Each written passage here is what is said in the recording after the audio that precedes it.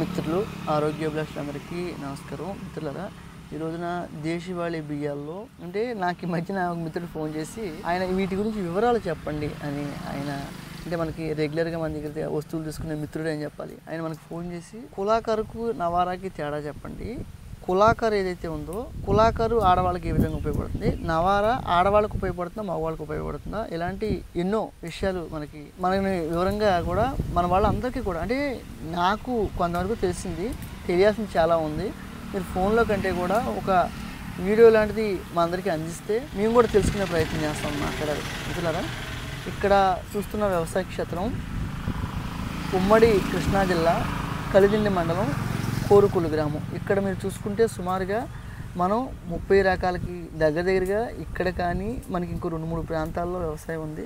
ఇక్కడ మనం పండించుకుంటా ఉన్నాం. మనం పండించుకునే దేశవాళీ విత్తనాలు బహురూపి, నవారా, కులాకరు, కాలాబట్టి, కరుపుకౌని, మాపెల్లి సాంబ, మొలగొలుకులు, చింతలూరు సన్నాలు, సిద్ధ సన్నాలు, రాజముడి, కేతిరి మహారాజు, ఇట్లా సన్న రకాలు ఇంకా చాలా ఉన్నాయి, చిట్టుముత్యాలు. అయితే ఇక్కడ మనం ఏదైతే పండించుకుంటా ఉన్నామో పండించడం ఒక ఆలోచన అయితే వాటిని నిల ఉంచి మీ అందరికీ అందించడం అనేది ఒక ఆలోచన. మనం అందించే బియ్యాలు ఏవైనప్పటికీ కూడా దాదాపుగా వడ్లని గోడంలో సంవత్సరంన్నరకు దగ్గరగా నిల ఉంచుతూ ఉన్నామని చెప్తా ఉన్నాను. అంటే సంవత్సరం పైనే ఉంచండి అని విజయరామ్ గారు చెప్తూ ఉంటారు.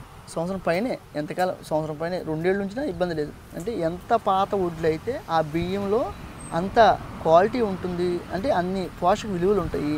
ఎప్పుడైతే ఒక వడ్ల గింజను తీసుకుని మనం ఎప్పుడైతే ఎక్కువ కాలం నిలబెట్టామో దాని మీద తౌడు ఉంటుందండి అని మనం B12 B కాంప్లెక్స్ అని మాట్లాడుతూ ఉంటాం. ఎప్పుడైతే ఆ తౌడు నిలవ ఉందో బియ్యం, ఆ తౌడులో ఉన్న పోషకాలన్నీ కూడా బియ్యం తీసుకుంటుంది. అప్పుడు మనం ఏం చేస్తాం, ముడిబియ్యంగా తినే ప్రయత్నం చేయాలి. లేదు, మనకి అవకాశం లేదు, ఆఫీసుకి వెళ్తూ ఉన్నారు, పిల్లలు స్కూల్కి వెళ్తూ ఉన్నారు, వాళ్ళకి అనేక ఇబ్బంది వస్తుంది. ముడిబియ్యంగా అయితే అంటే వండుకున్న తర్వాత 40 నిమిషాల నుంచి 60 నిమిషాల్లోపు తినేస్తే బాగానే ఉంటుంది. కానీ గంట దాటిపోతే ఏమవుతుందంటే గట్టిపడిపోతుంది. అందులో ఫైబర్ ఎక్కువ ఉంది కదండి, గట్టిపడిపోతుంది. దీన్ని బట్టి చాలామంది మిత్రులు ఏం మాట్లాడతారంటే సింగిల్ పాలిష్కి ఇచ్చి ఏర్పాటు చేయకూడదా అని అంటే ఒక 20-25% 30% మాత్రమే అందులో ఫైబర్ అవుతుందో అది తీసేసి సింగిల్ పాలిష్గా కూడా చేసి మీ అందరికీ అందించడం కూడా జరిగింది.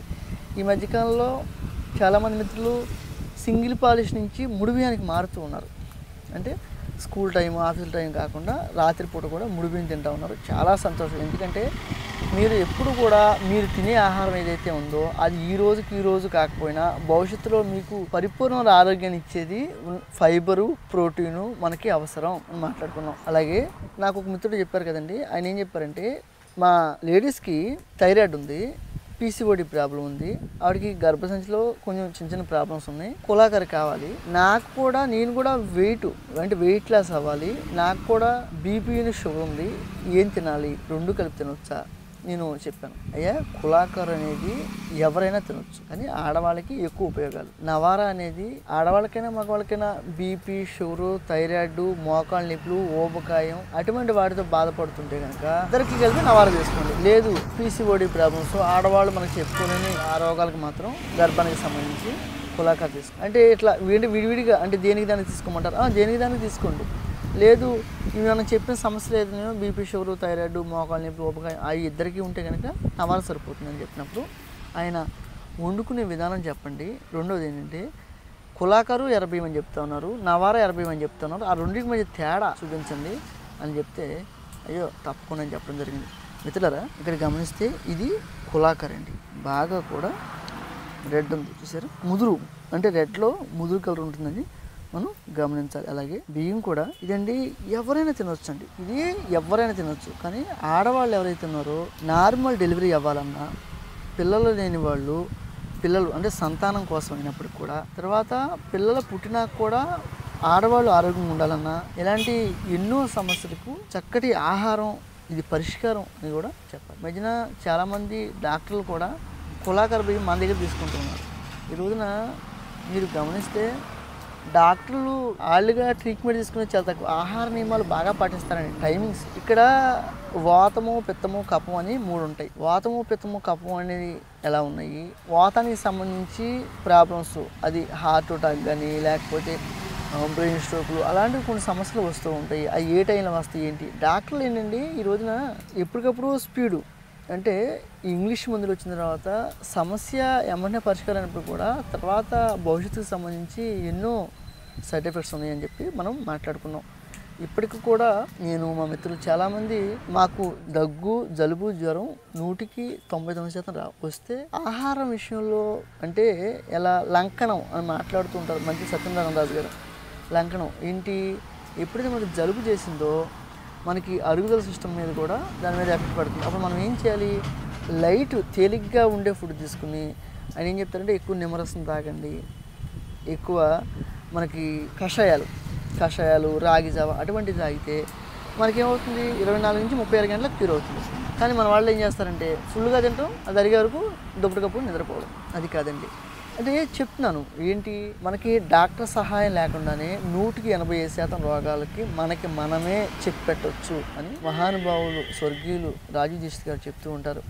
ఈ రోజున వాగ్భటాచార్యుల వారు 135 సంవత్సరాలు బతికారు. ఆయన దాదాపుగా 2000 సూత్రాలకు పైగా ఆరోగ్య సూత్రాలు మనందరికీ అందించారు అని మాట్లాడుతూ ఉంటారు. ఆయన ఆ జన్మ బ్రహ్మచారి, ఆయన గృహస్థ ఆశ్రమాన్ని స్వీకరించేది. కానీ గృహస్థ ఆశ్రమం అంటే ఆయనకి ఎంతో మక్కువ అని మాట్లాడారు ఆయన రాజు దీక్షిత్ గారు. అలాగే ఇక్కడ మనం కులాకర గురించి మాట్లాడుకున్నాం. ఇక్కడ చూసుకుంటే నవార అండి, ఇది త్రేతాయుగం కాలం నాటి విత్తనం. నవార అంటే నివారిణి, ఏ రోగాన్నైనా నివారిస్తుంది అని మాట్లాడుకున్నాం.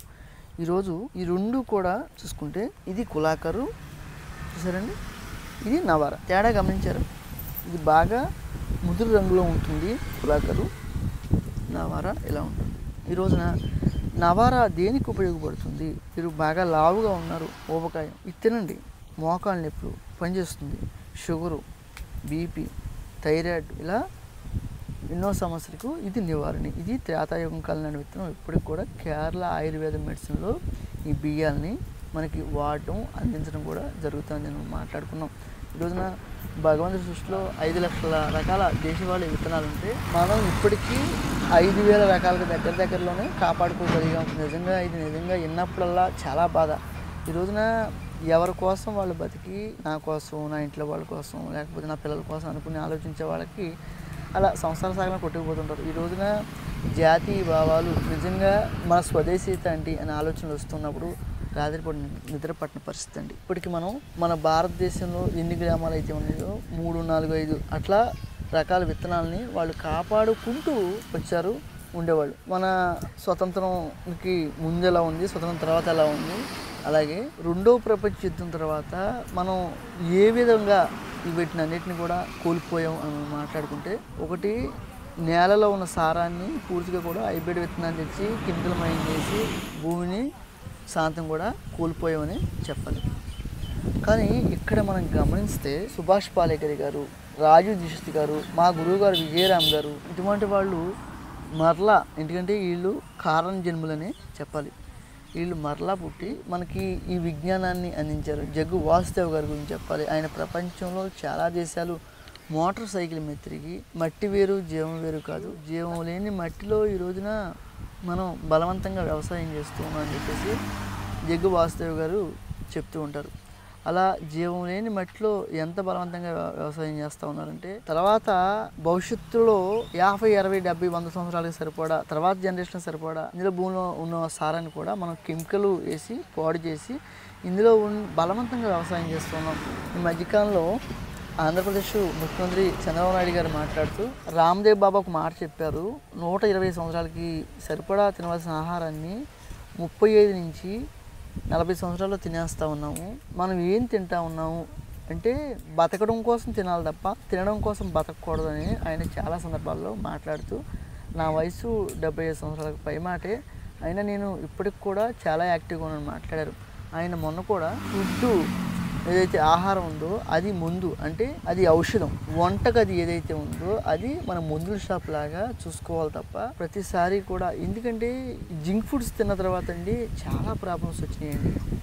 అది అంటే చెప్పుకోలేము. అంటే గ్యాస్ స్టవ్లు కావచ్చు, గ్యాస్ స్టవ్లు చాలా ప్రమాదం. ఆ గ్యాస్ స్టవ్లు గ్యాస్ ఎక్కువయ్యి గ్యాస్ నొప్పి కూడా అండి రాత్రిపూట అంటే తెల్లవారు గట్ట వస్తే ఎందుకంటే వాతం ప్రభావం ఎక్కువ ఉంటుంది. ఇప్పుడు ఏమవుతుంది, గ్యాస్ పెయిన్ ఎక్కువైనప్పుడు అది వాత ప్రభావం కూడా నాకు తోడయ్యి హార్ట్ అంటే గుండె ఆగిపోయే ప్రమాదం ఉంటుంది. ఇట్లా చనిపోయిన మిత్రులు ఈ మధ్యకాలంలో నేను చాలామందిని చూశాను. వయసుతో సంబంధం లేదు. గ్యాస్ ట్రబుల్ దేనివల్ల వస్తుందంటే ఒక మిత్రుడు చెప్తూ ఉంటాడు. గుడివాడలో ఉన్నాడు ఆయన, మనకు అందుబాటులో.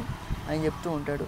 ఆయన ఏం చెప్తాడంటే, మా పిల్లలండి రోజు నాన్ వెజ్ కావాలండి, ఆవారం ఇవ్వరం అండి. అంటే నేను నాన్ వెజ్ తినండి కానీ తినొద్దని కానీ నేను ఎక్కడ నా వీడియోలో చెప్పలేదు, చెప్పను కూడా. అట్లా అని చెప్పి మీరు ఏదైనా కానీ పరిమితికి మించి ఆహారం తీసుకోవడం. 2, మీరు బయట తినే ఫాస్ట్ ఫుడ్లు అయితే ఉన్నాయో ఆ నూనెలు ఒక కాగితే అంటే ఒకసారి కాసిన నూనె రెండోసారి వాడకూడదని మాట్లాడుకుంటాం. ఎన్నిసార్లు కాస్తే 1, 2, 3, 4, 5 అంటే లెక్కలేదు. అన్నిసార్లు కాసిన నూనెని మళ్ళీ వేరే దాంట్లో మార్చి వాటిల్లోనే ఫాస్ట్ ఫుడ్ తయారు చేయండి. మీకు బయట దొరికే బ్రేక్ఫాస్ట్ కానీ అన్నీ కూడా. మిత్రులారా, ఈ రోజున మనం నవారాకి కులాకర్కి తేడా చెప్పుకుంటూనే ఎన్నో ఆరోగ్య విషయాలు మనం మాట్లాడుకున్నామని చెప్పి మీరు గమనించాలి. మిత్రులారా, ఇప్పటికైనా సరే మన నిజమైన ఆస్తి ఆరోగ్యం మాత్రమే. నిజమైన ఆస్తి ఆరోగ్యం మాత్రమే. భూమి ఉన్నవాళ్ళు ఎవరింటి మందం కోసం వాళ్ళు చేసుకోండి. లేదు ఉద్యోగం వ్యాపారం ఉన్నవాళ్ళు మేము ఎక్కడెక్కడ ఉంటాం అనుకున్నప్పుడు ఈ సేంద్రీయంగా భూ ఆధారిత ప్రకృతి వ్యవసాయం ఎవరైతే చేస్తున్నారో అలాంటి మిత్రులని మీరు ప్రోత్సహించి అలాంటి వాళ్ళ దగ్గర మీరు ఎటు వస్తువులు కావాలో అవన్నీ కూడా తెచ్చుకుని మీరందరూ కూడా రోగగ్రస్తుల నుంచి విముక్తులయ్యి పరిపూర్ణమైన ఆరోగ్యాభిలాషలు అవ్వాలన్నదే నా ఈ కోరిక. నమస్తే.